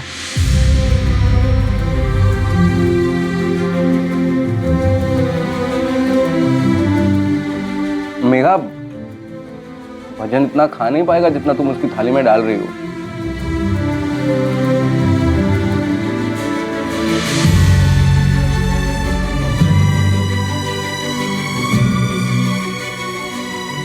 मेघा चौहान अब मेघा गुलेरिया बन चुकी थी। उसने ना सिर्फ इस शादी को स्वीकार कर लिया था, बल्कि वो इस शादी से खुश भी थी।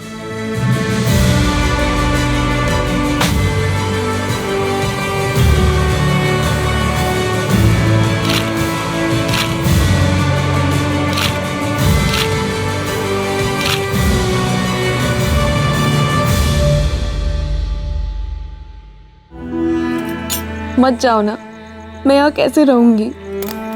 मेघा, मैं तेरे और जगत के लिए तो जा रहा हूँ ना। वहाँ पे अच्छा काम करूँगा, 4 पैसे कमाऊंगा। यहाँ पे जितना है वो उसमें खुश है। मत जाओ ना। दिल्ली बड़ा शहर है, करने को बहुत सारा काम है, और काम दिलाने में तेरा भाई गुंजन भी तो मदद कर रहा है ना। भजन, मुझे बहुत डर लग रहा है। मेघा, इसमें डरने वाली कौन सी बात है? तू अकेले थोड़ी है घर में, सभी तो हैं। माँ है, बापू है, कंचन है, लता भाभी है, और भूपेन भैया भी तो हैं। देख, मैं दिल्ली में यहाँ से कई गुना पैसा कमाऊंगा, और फिर तुझे और जगत को बेहतर जिंदगी दे पाऊंगा।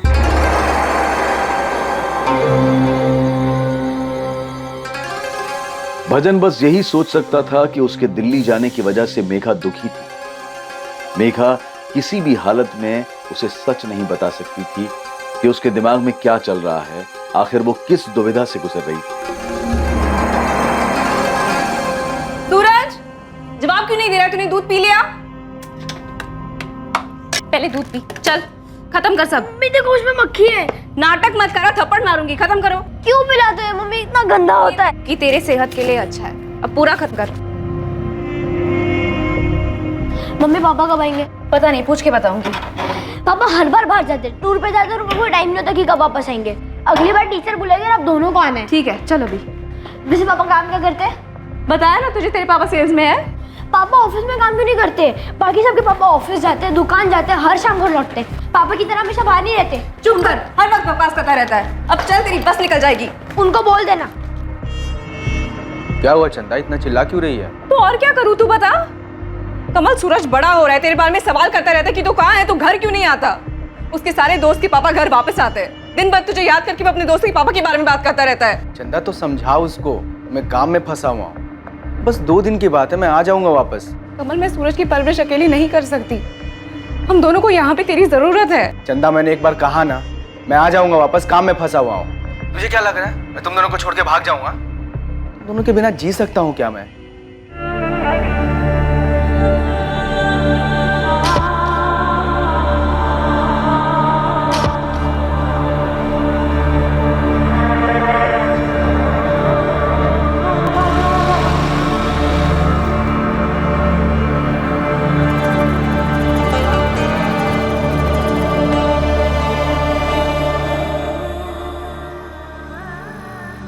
लड़के के घर वालों से बात हो गई। हम लड़के को एक मोटरसाइकिल दे रहे हैं। कंचन को 2 लाख के गहने देंगे जो लड़के वालों के घर जाएंगे। साथ में 2 लाख नकद भी देंगे, और उनके मेहमानों का ख्याल तो हम रखेंगे। भजन, तू सुन रहा है? हाँ, आप कैसे भी करके कंचन की शादी तय कर दीजिए। मेरे बाद जो कुछ भी होगा मैं दे दूंगा। भजन, तू ऐसा क्यों कर रहा है?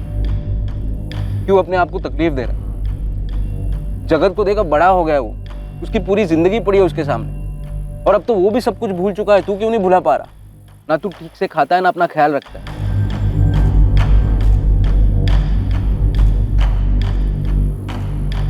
मैं काम करने जा रहा हूँ।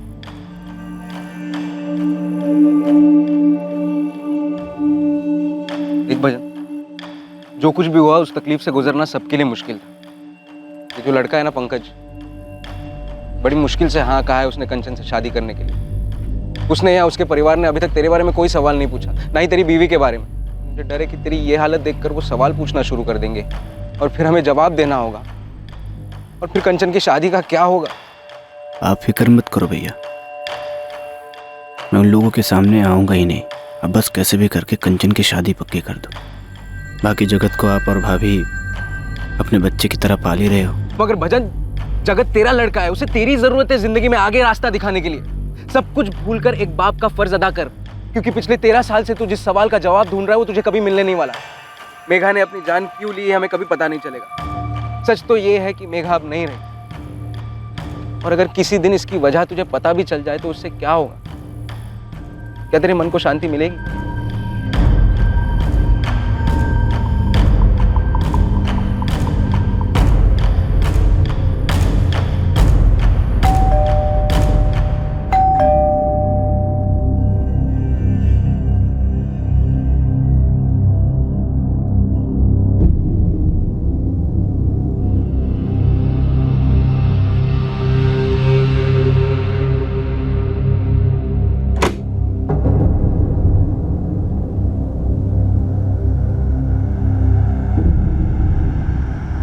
ये पकड़, अपने लिए अच्छी साड़ियाँ ले लेना और सूरज के लिए भी अच्छे कपड़े, और तेरे लिए नया मोबाइल लाया हूँ।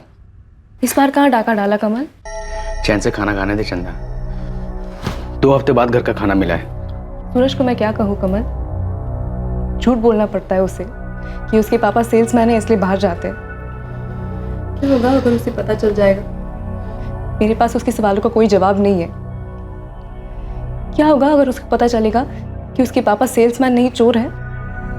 कमल तू ये सारी काम छोड़ क्यों नहीं देता? कुछ आम लोगों वाला काम करते हैं ना। कहने में बहुत आसान लगता है, कुछ और काम करूंगा तो इतने पैसे मिलेंगे क्या? न तेरी जरूरतों का ख्याल रख पाऊंगा न सूरज की। और अगर सूरज को पता चल गया तो? कैसे पता चल जाएगा? हाँ, इतने सालों से कर रहा हूँ, पुलिस को आज तक पता नहीं चला है। हाथों में सफाई है मेरे, एक रिकॉर्ड नहीं है मेरा पुलिस के पास। खामखा ही डर रही है। डर लगता है मुझे कमल, बहुत बार ये सपने में आता है। जब भी ये दरवाजे की बेल बजती है ना, ऐसा लगता है कि मैं दरवाजा खोलूंगी और पुलिस आएगी सामने और तुझे पकड़ के ले जाएगी। और सूरज बार बार ये सवाल पूछेगा कि हमने ये सब क्यों छिपाया उससे। कमल एक बार सोच के देख ले, कुछ अच्छे से चल रहा है, सूरज की पढ़ाई बहुत अच्छे से चल रही है, लेकिन अगर ऐसा हो गया तो? अगर तू पकड़ा गया तो क्या कहेंगे उसे लोग? चोर का बेटा। 13 साल हो गए, आज तक पता लगा है किसी को कि तू चंदा नहीं मेघा है? 13 साल हो गया, किसी को पता लगा है तू मरी नहीं जिंदा है? इतनी बड़ी बड़ी बातें पता नहीं लगी, इतनी छोटी सी बात पता लग जाएगी। बहुत संभल के काम करता हूं मैं, बहुत होशियारी से, हमेशा से ही। पहले भी तूने बोला था हम पकड़े जाएंगे, हुआ है क्या ऐसा कुछ? हाँ,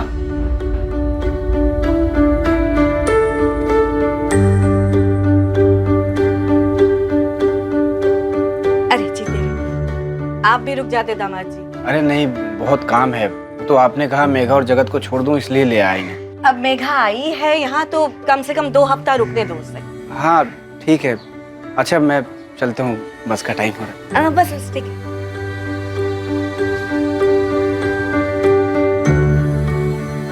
कोई 2 हफ्ते नहीं, 4 दिन में लेने आऊंगा, तैयार रहना। तुम से क्यों नहीं बोला? अभी ले जाओ। अरे उनका मन भी रखना पड़ता है ना। अच्छा अब मैं चलता हूँ। जाऊँ? देख अगर नहीं बोलेगी तो नहीं जाऊँगा फिर। भैया और बापू अलग से 4 बात सुनाएंगे कि छोरी की शादी क्या हो गई, जोरू का गुलाम हो गया एकदम, काम धंधा ही छोड़ दिया। ठीक है जाओ, पर आ जाना 4 दिन में।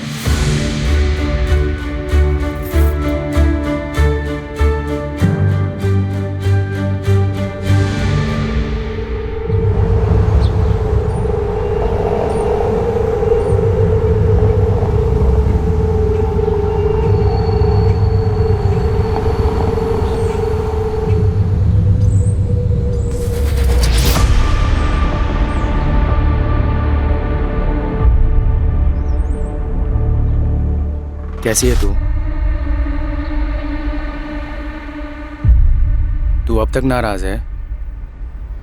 मैं आया था तुझसे माफ़ी मांगने, पर तू बाड़मेर में थी। मेरी हिम्मत नहीं हुई वहाँ आने की।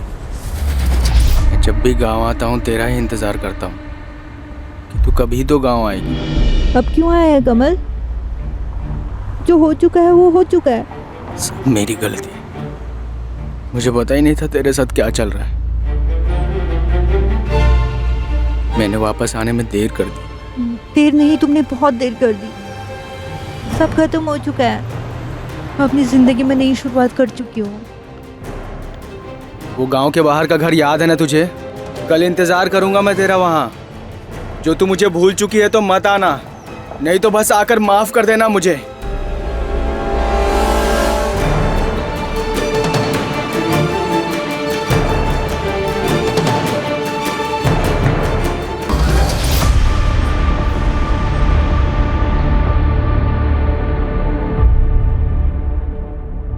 यकीन था मुझे तू आएगी। नहीं कमल, मैं किसी और की पत्नी हूँ, माँ हूँ मैं एक बच्चे की। मेघा, मुझे पता होता तेरे साथ क्या चल रहा है तो मैं उस समय ही तुझे भगा के ले जाता। पर अब इस सब का क्या फायदा कमल? क्या अब तुम मुझसे प्यार नहीं करती? पर अब मैं बहुत खुश हूँ अपनी जिंदगी में कमल।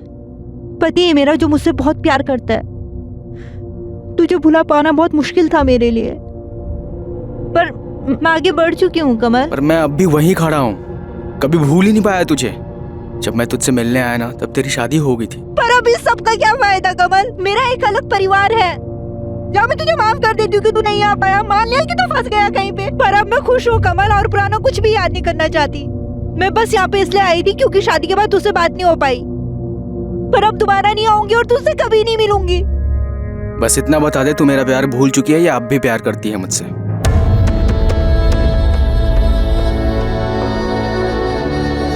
बोलना इतना आसान होता ना, तू कभी आती ही नहीं यहाँ। कमल, मैं तुझसे बहुत पहले प्यार करती थी,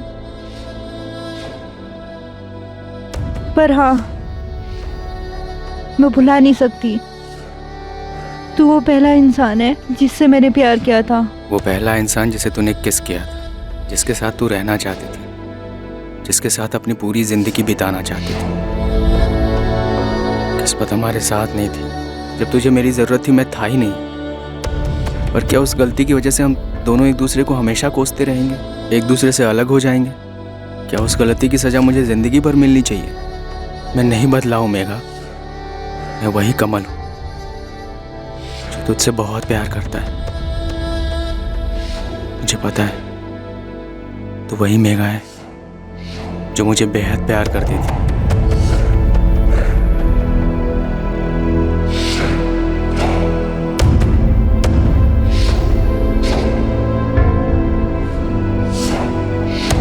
मेघा,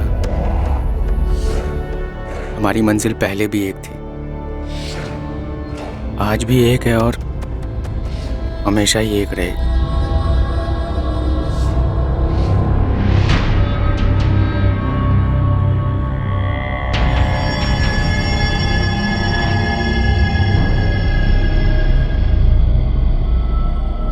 कमल, मैं अपने पति को धोखा दे रही हूँ। अगर तुझे ऐसा लग रहा है तू मेरे साथ नहीं रहना चाहती तो सबसे बड़ा धोखा तू खुद को दे रही है। कमल, वो मुझसे बहुत प्यार करता है।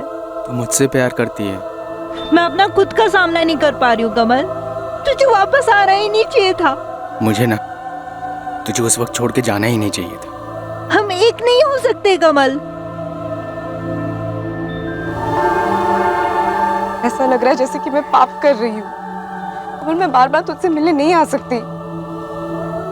भजन मुझ पे शक नहीं करता, पर मैं उसका भरोसा नहीं तोड़ सकती। तू मेरे साथ चलेगी हमेशा के लिए, अपने पति को छोड़कर, सबको छोड़कर? नहीं कमल, बिल्कुल नहीं।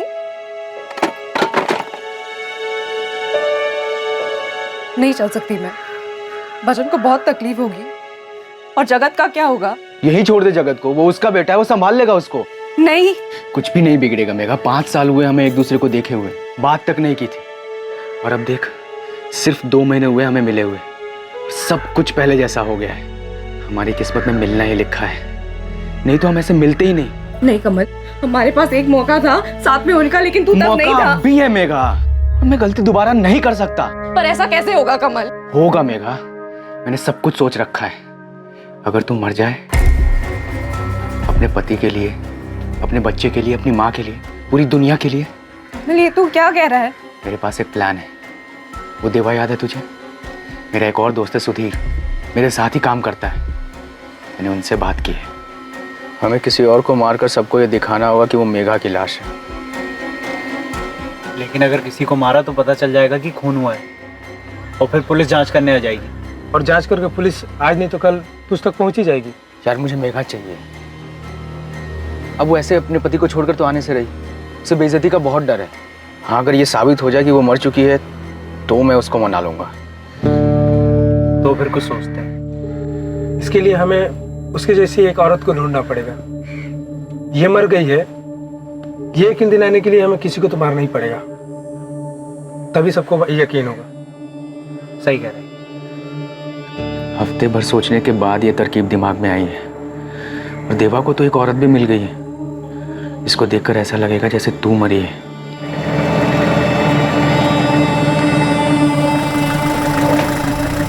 वो देख, उसका दिमागी संतुलन ठीक नहीं है। यहाँ वहाँ इधर उधर सड़क हाईवे पूरे गांव भर में घूमती रहती है अपने मरे हुए पति की तलाश में। बेचारी जिंदगी से बहुत परेशान है। अब इसे मारकर हम इसे मुक्ति दे सकते हैं। मेघा, तुझे खामोश रहकर सिर्फ ऐसे दिखाना है जैसे तेरे पति और सास ससुर को लगे कि तू परेशान है। थोड़ा नाटक करना पड़ेगा। आसपास वाले लोगों को ऐसा लगना चाहिए कि ससुराल में तेरे साथ कुछ हो रहा है और तू बोल नहीं पा रही है। ऐसा जैसे ससुराल वाले तेरे ऊपर दहेज को लेकर के जुल्म कर रहे हैं, तुझे मानसिक तौर पर परेशान कर रहे हैं। और थोड़ा ऐसा भी लगना चाहिए कि ससुर और जेठ तेरे साथ कुछ गलत कर रहे हैं। जब भी तेरी माँ का फोन है ना, तो तू ऐसे बात कर जैसे तू परेशान है और अपने सास ससुर से खुश नहीं है। भजन दिल्ली जा रहा है गुंजन भैया के साथ काम करने के लिए, ताकि मुझे और जगत को एक अच्छी जिंदगी दे पाए। और मैं यहाँ। फिर तो ये और भी अच्छा मौका है। हम ऐसा दिखाएंगे जैसे तूने आत्महत्या की है। तुझे पता है, देवा मुझे बता रहा था अगर 7 साल के अंदर लड़की के साथ दहेज को लेकर कुछ हो जाए ना, तो ससुराल वाले लंबे समय के लिए अंदर जाते हैं। पर कमल, उन लोगों ने मेरे साथ कुछ बुरा नहीं किया है। तो मैंने कौन सा बुरा किया है मेघा, जो मैं तेरे बगैर जिंदगी बिताने की सजा काटूं? देख मेघा, हमें एक मौका मिला है, हम ये मौका गंवा नहीं सकते। मान जा, हम बड़ी आसानी से एक दूसरे के साथ हो सकते हैं मेघा। और ऊपर वाले ने हमें ये मौका दिया है। ये सब सोचकर ये मौका बर्बाद मत कर।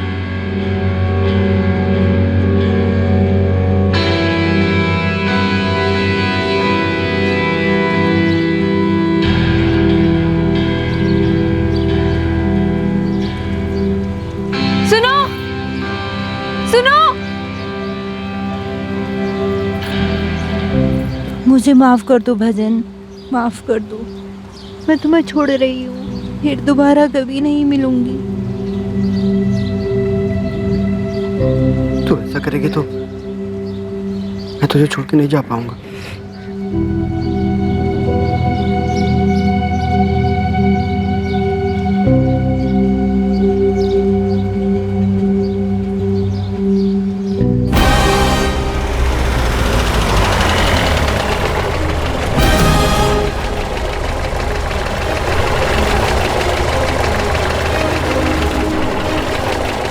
मेरे पति को देखा क्या तूने? हाँ मैंने देखा ना। कहाँ देखा है? अरे उधर है, चल चल। अच्छा, चल मुझे ले चल चलेगा? बताता हूँ। हाँ, आजा। जल्दी चल चल।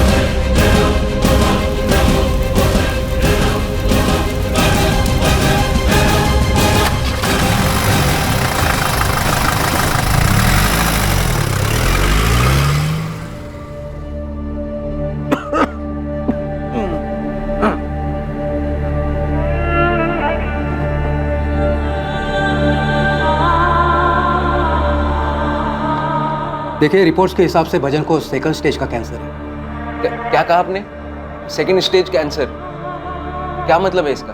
सेकंड स्टेज कैंसर मतलब आप लोग बस इतना समझिए कि भजन की हालत ठीक नहीं है, उसे तुरंत सिविल हॉस्पिटल ले जाइए। मैं एक नोट लिख के देता हूँ, वो आप डॉक्टर को दे देना। पापा ठीक तो हो जाएंगे ना डॉक्टर?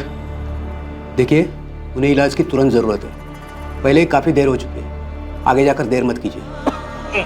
15 सालों से भजन अंदर ही अंदर मर रहा था, या ये कहें कि वो खुद को मार रहा था। इस सवाल के जवाब में कि मेघा ने अपनी जान क्यों ली। 15 वर्षों के लंबे इंतजार के बाद भी रतन दागा को कोई अंदाजा नहीं था कि उसकी मां गीता दागा कहां चली गई थी और उसके साथ क्या हुआ था। क्या भजन गुलेरिया और उसके बेटे जगत गुलेरिया को कभी मेघा की सच्चाई के बारे में पता चल पाएगा? क्या रतन दागा को कभी उसकी मां के लापता होने की हकीकत का पता चल पाएगा? किस्मत के कारण यह अपराध एक लंबे समय तक सामने नहीं आ पाया था, लेकिन इसका खामियाजा कई जिंदगियों को चुकाना पड़ा था। लेकिन 2018 में किस्मत एक बार फिर पलटने वाली थी और 15 साल पहले हुआ जुर्म अब सबके सामने आने वाला था।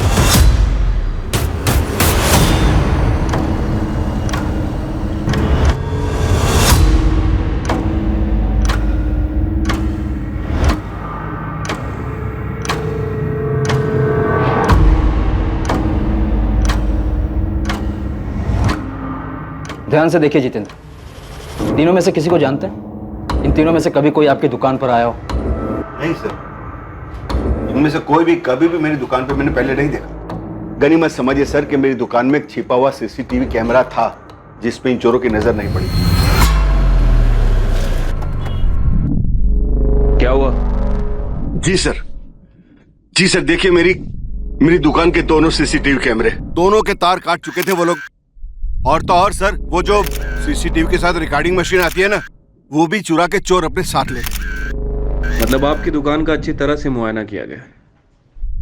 हो सकता है कि आपकी दुकान का कोई वर्कर भी इसमें शामिल हो। नहीं सर, मुझे ऐसा नहीं लगता, क्योंकि सर यहाँ पे देखिए, यहाँ एक और छुपा हुआ सीसीटीवी जिसमें सेल्फ रिकॉर्डिंग हुआ है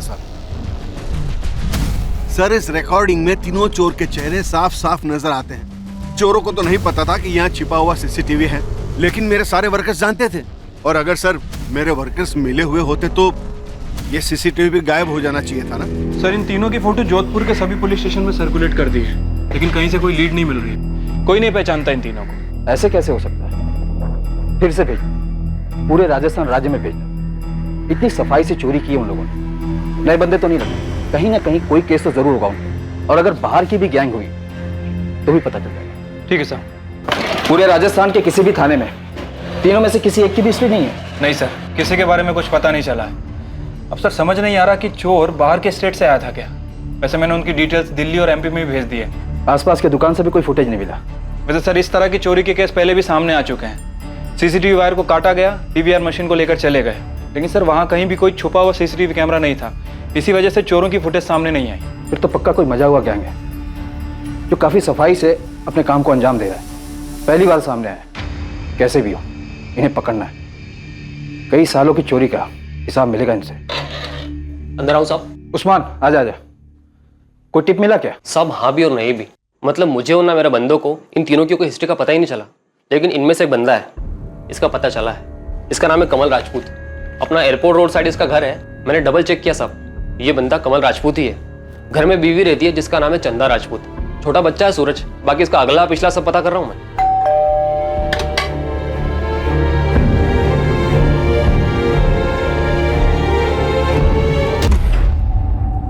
चंदा राजपूत।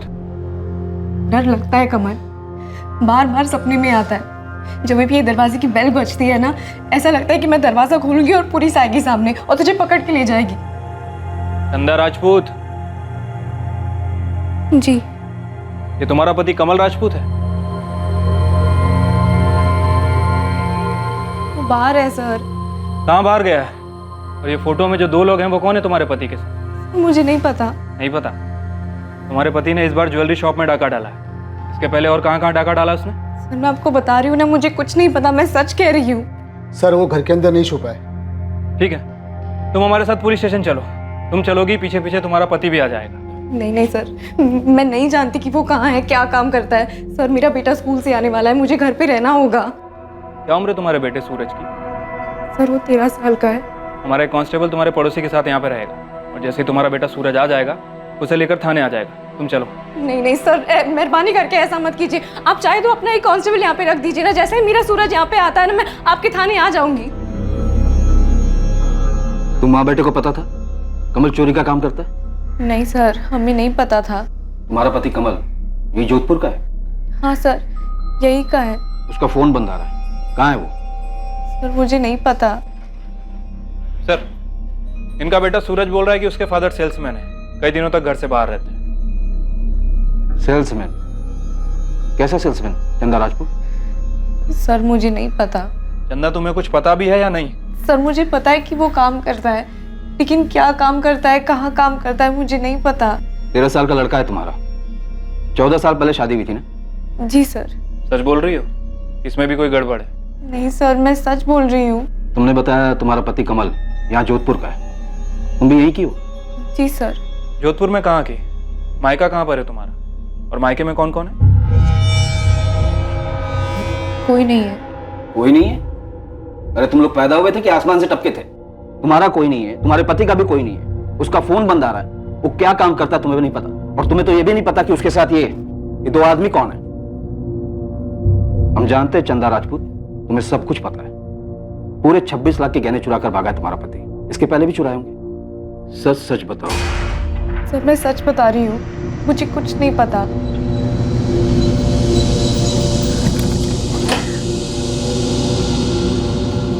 सलाम साहब, ये चंदा झूठ बोल रही साहब। इसका पति कमल राजपूत जैसलमेर के रूपनगर गांव से है, और वहीं पर उसकी मां मनीषा राजपूत भी है।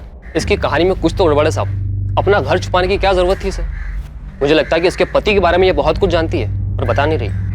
ठीक है, वो सब हम देख लेंगे, लेकिन तेरे लिए सबसे बड़ा काम है कमल राजपूत के दोनों साथियों का पता लगा। मुझे नहीं खाना और मुझे स्कूल भी नहीं आना है कभी भी। मम्मी पहले मुझे ये बताओ, नीचे पुलिस क्यों खड़ी है? पापा ने चोरी की, सब कह रहे हैं। बेटा मुझे नहीं पता, उनका फोन नहीं लग रहा है मुझे। आप झूठ बोल रहे हो। मम्मी सच बोलो, पापा ने चोरी की है, वो चोर है। चुप क्यों, बोलो ना।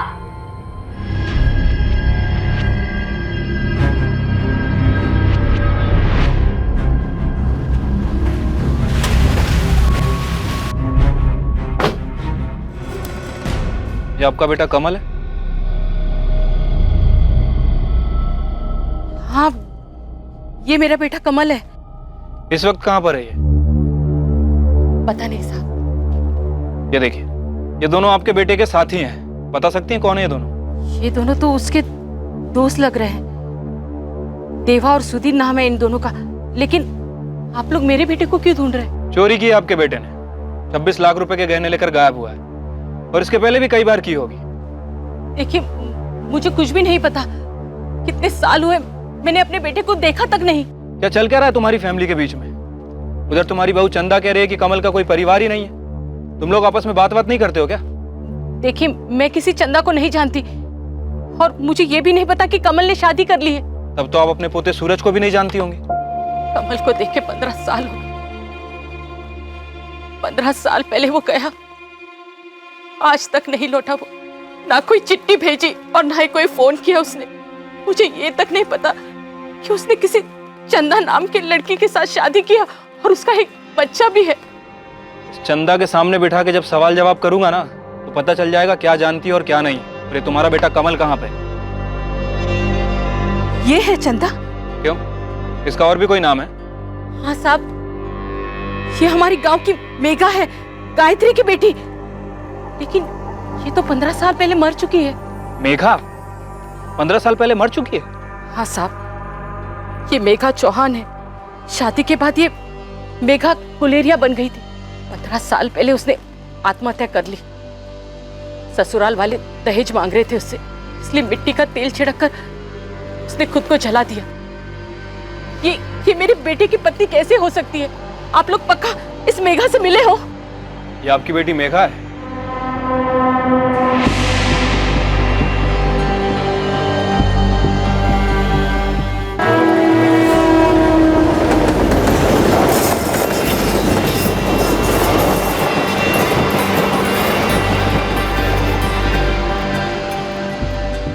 मेघा भाभी जिंदा है? पर ऐसे कैसे हो सकता है? पुलिस ने तो यही बताया। उसने अपना नाम भी बदल दिया था। चंदा बन गई है वो। पर कोई मरा हुआ जिंदा कैसे हो सकता है भैया?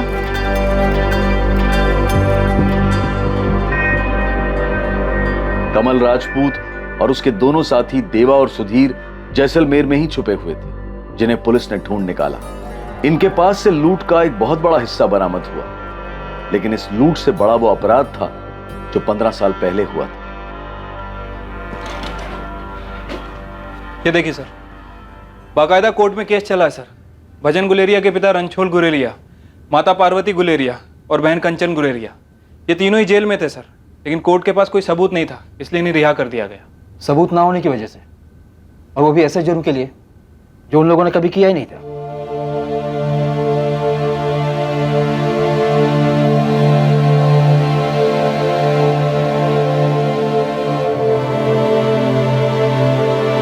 मुझे किसी से नहीं मिलना, मेरे साथ जबरदस्ती नहीं कर सकते ऐसे भैया, हाथ छोड़, मैंने कहा ना मुझे किसी से। चंदा, मेरी बात सुन। देखो, तुम्हारे पति को कैंसर है। पिछले 15 सालों से वो सिर्फ यही जानने के लिए तड़प रहा है कि तुमने आत्महत्या क्यों की। उसके माँ बाप मर चुके हैं, तुम्हारी माँ भी आई है, एक बार चल के मिल लो।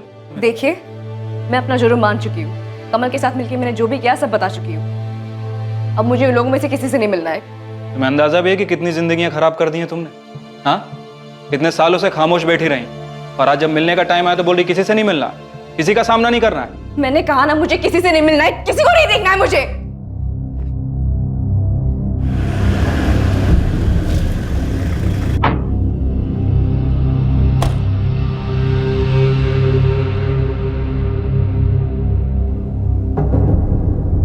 किडनैपिंग के केस पर क्या हुआ? सर, मैं रतन दागा। आपने फोन किया था, आप मेरी माँ के बारे में कुछ बोल रहे थे, क्या पता चला आपको? हाँ रतन, बैठो। जी सर। रतन, हमने पता किया 15 साल पहले तुम्हारी माँ को मार दिया गया था और उन्हें जलाकर मारा गया, और इस काम को एक कपल ने मिलकर अंजाम दिया क्योंकि वो साथ में भागना चाहते। तुम्हारी माँ की लाश को उस औरत की लाश बताकर ये साबित करना चाहते थे कि उस औरत ने आत्महत्या कर ली, ताकि सबको यही लगे कि वो भागी नहीं, मर गई। मेघा गुलेरिया नाम था उसका।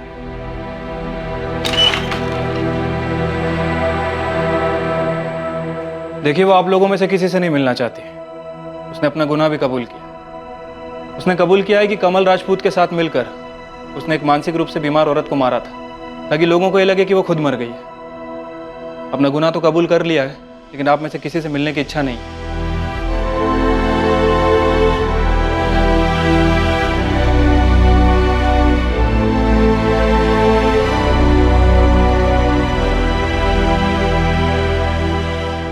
मैं आपसे हाथ जोड़कर माफी मांगती हूँ दामाद जी, मुझे माफ कर दे। रहने दीजिए माँ जी, उसने सिर्फ हमको ही नहीं, आपको भी अंधेरे में ही रखा था। अंधेरे में नहीं पापा, माँ ने हम सबके पीठ पे छुरा घोपा है, छुरा। अरे अपने स्वार्थ के लिए क्या क्या नहीं किया माँ ने, किस किस को मार दिया, दादा को, दादी को, इन सबकी हत्या की है। माँ को नहीं मिलना है ना तो ना मिले, लेकिन एक बार मुझे उससे मिलना है, एक बार उसका चेहरा देखना है मुझे। वो चेहरा देखना है जिसने शायद नीचे गिरने में एक नई मिसाल कायम की है। इस केस के खुलासे ने सभी को चौंका दिया। 13 साल के सूरज के लिए इस पर भरोसा कर पाना सबसे ज्यादा मुश्किल था। उसे उसकी दादी यानी कि कमल की मां के पास छोड़ दिया गया। कमल राजपूत, देवा, सुधीर और मेघा गुलेरिया पर गीता दागा की हत्या के लिए आईपीसी की धारा 302 के तहत केस दर्ज किया गया है। साथ ही आपराधिक षड्यंत्र रचने के लिए आईपीसी की धारा 120 बी और सबूतों से छेड़छाड़ करने के लिए धारा 201 के चार्जेस भी लगाए गए हैं। अब तो तुझे तेरे 15 साल पुराने सवाल का जवाब मिल गया ना भैया। अब जिंदगी में आगे बढ़, अब तो अपना ध्यान रखना शुरू कर दे। और अब मेघा ने तेरे साथ ऐसा क्यों किया, इस नए सवाल के पीछे मत पड़ जाना। वास्तव में वो क्या और कौन सी चीज है जो प्रेमियों में समझदारी पैदा कर सकती है? अभी कुछ महीने पहले इंटरनेट पर कुछ लोग बोल रहे थे कि शादी के बाद एक्स्ट्रा मैरिटल अफेयर्स एक इंडिविजुअल चॉइस होनी चाहिए। ये एक व्यक्तिगत विचार है और इसका ना तो हम समर्थन करते हैं और ना ही खंडन। ये आपको सोचना है कि क्या सही है और क्या गलत। एक तरफ इस जघन्य अपराध में शामिल किरदार 14 सालों तक कभी रोशनी में नहीं आए, लेकिन एक लाश सामने थी जो देखने में हूबहू मृतक महिला की तरह लग रही थी, लेकिन बहुत ही बुरी तरह जली हुई हालत में। ऐसे मामले में मृतक महिला का डीएनए टेस्ट किया जाना चाहिए था। इस बात की पुष्टि की जानी चाहिए थी कि मेघा से मिलती जुलती हुई लाश वाकई में मेघा की ही थी या नहीं। इस तरह का अपराध मायूसी देता है और हर तरफ से खामोशी से तबाही ही लाता है। किसी की लाश पर खुशियों की इमारत कैसे खड़ी हो सकती है। अब मैं अनूप सोनी आपसे विदा लेता हूं। कल रात 11 बजे कौन बनेगा करोड़पति के कर्मवीर एपिसोड के बाद आपसे फिर मुलाकात होगी एक और नए केस के साथ। और याद रखें, क्राइम और आपके बीच में सिर्फ इतना फर्क है कि आप कितने सतर्क हैं। सतर्क रहें, सुरक्षित रहें। जय हिंद।